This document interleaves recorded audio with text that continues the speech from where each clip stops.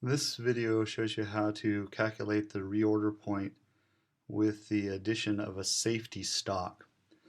As we talked about earlier when we were doing economic order quantity, the reorder point by itself is fairly easy to calculate, but what economic order quantity assumes is that demand is constant and lead time is constant. And so to calculate the reorder point, it would simply be whatever the daily demand is times the number of lead time days, and that would be your reorder point. But the real world is not that simplistic or constant in that sense, is that demand can vary and lead time can vary. And so this video will show you how to calculate the reorder point and this idea of safety stock. How many additional items should we carry given the variability? The more variable something is, the more safety stock you're going to want to cover. And then also in regards to service level, how confident do you want to be in your ability to deliver the product or the service using the inventory that you have.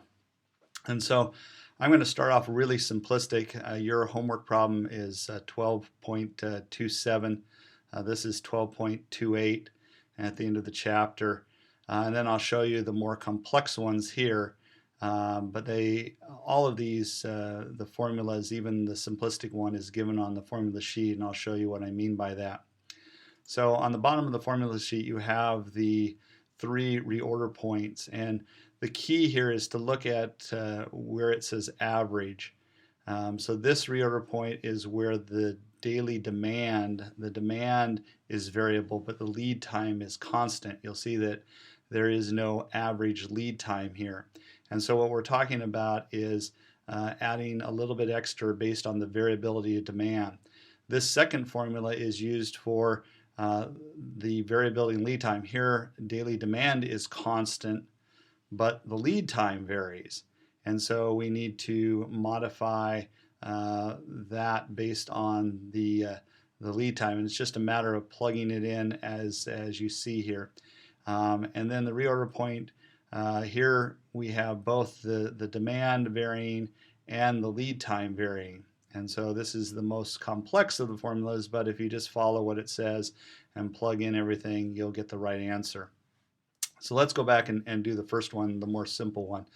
This one, they already tell you what the average lead time demand is. So they've already calculated that. They've taken basically the amount that you would use per day, and then they multiplied it by the lead time, and so they tell you what that is. In the others, they separate those ideas, demand and lead time. This one, they've already calculated that. So we're really going to use the first one because that's the variability.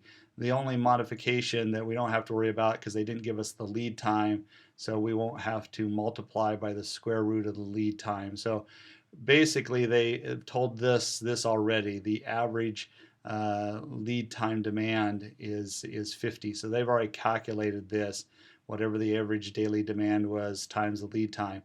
So all we have to do is multiply z times the standard deviation for basically this idea here of demand, and we won't worry about the square root of the lead time. So what we need to do is they want to be 97% confident that they will have the product available for their customers. And so you need to translate this into a Z. On the exam, the Z scores will be given you. But in Excel, there's a nice feature built in. It's similar to what we've been using in the past. Normally when you have a Z and you want to know the distribution, you use the norm dist, the normal statistical distribution. You can also go in reverse. It's called NORMSINV, the normal statistical inverse. And here you can put in the probability and it will tell you what the z-score is. So in this case, the z-score would be 1.88. And so all we have to do here to figure this out is they want to know the safety stock.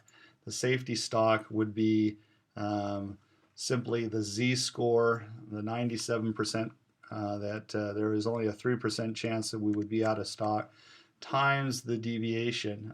We can be off 5 units as a standard deviation.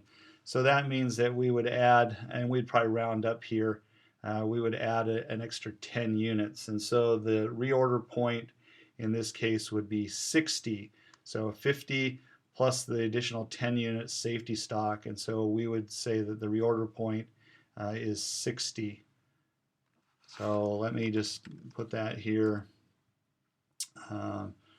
Is this plus then this idea of our safety stock, or the 10 units.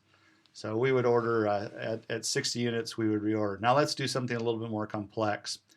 Here we actually do have the lead time and the demand. One of the keys to these problems, this is 12.32. 12.32 has to do with basically bath towels.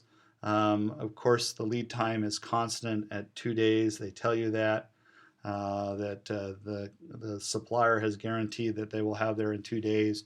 But the demand averages 1,000, but it has a standard deviation 100. We want to be 98% in regards to our confidence. So let's do that. Find out the z-score first of all. So normal, statistical, inverse. As I said, I will give you the z-scores on the exam. This is a 2.05 would be the z-score. Of course, Excel gives you all the decimal points. And we can now go and definitely use that first problem that we saw there. So let's do just the standard reorder point. The standard reorder point is going to be if we average 1,000 times 2 days. So without any variability, we would say that at 2,000 bath towels we would reorder. But we have a variability here on demand, and so we need to make that modification. And the modification, the safety stock here, if you go back to this formula here, is z times this. Let's calculate this first of all. You'll see there's a little bit of modification here, the standard deviation of demand times the square root of lead time. So let's do the square root of lead time. Let's do it right here, equals the square root of lead time, so that we have that. There's our square root of lead time.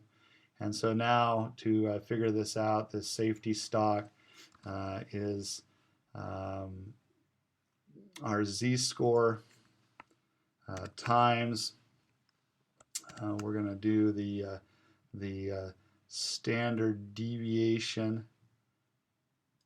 of 100, and that was times the square root of that.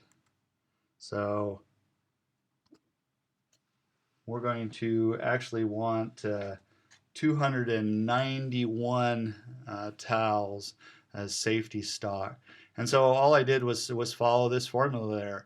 So the standard deviation of the demand, you'll see this here, the sigma of the demand times the square root of the lead time, and then you take that and you times it times z. The only difference between this and the earlier problem that I just showed you, 12.28, is we didn't have the lead time in here. They had told us what the average lead time demand was, and then we just had to get the z-score times the standard deviation of demand.